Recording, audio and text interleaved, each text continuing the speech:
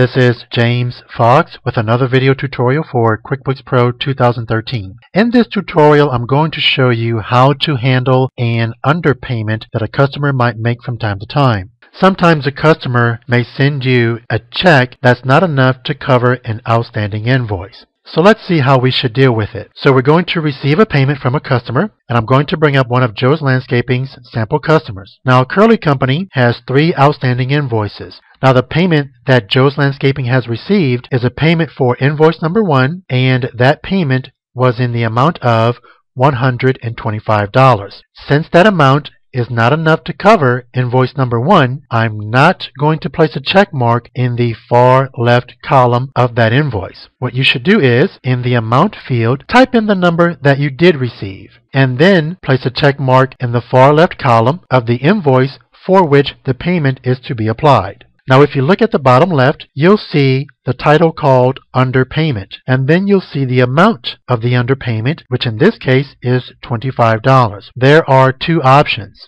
1, you can leave this as an underpayment. If you choose this option, you are assuming that the customer is going to mail in the balance for this invoice at a future date. If you choose write off the amount, then you're going to assume that for whatever reason, the customer is not going to be sending in the balance for this invoice. For this example, I'm going to assume that the customer will send in the balance for this invoice sometime in the future, and then click Save and Close. Now let's assume that maybe a week or so has gone by and the customer has mailed in the payment for that difference. So you're going to click on the Receive Payments icon, and I'm going to bring up the customer for which the payment is to be made. Now, here are Curly Company's outstanding invoices, and if you take a look, invoice number 1 has an original amount of $150. The amount due is the $25 that was not mailed in originally. So they mailed in $25, and so to apply that payment, I'm simply going to place a check mark in the far left column next to that invoice, and in the payment column here,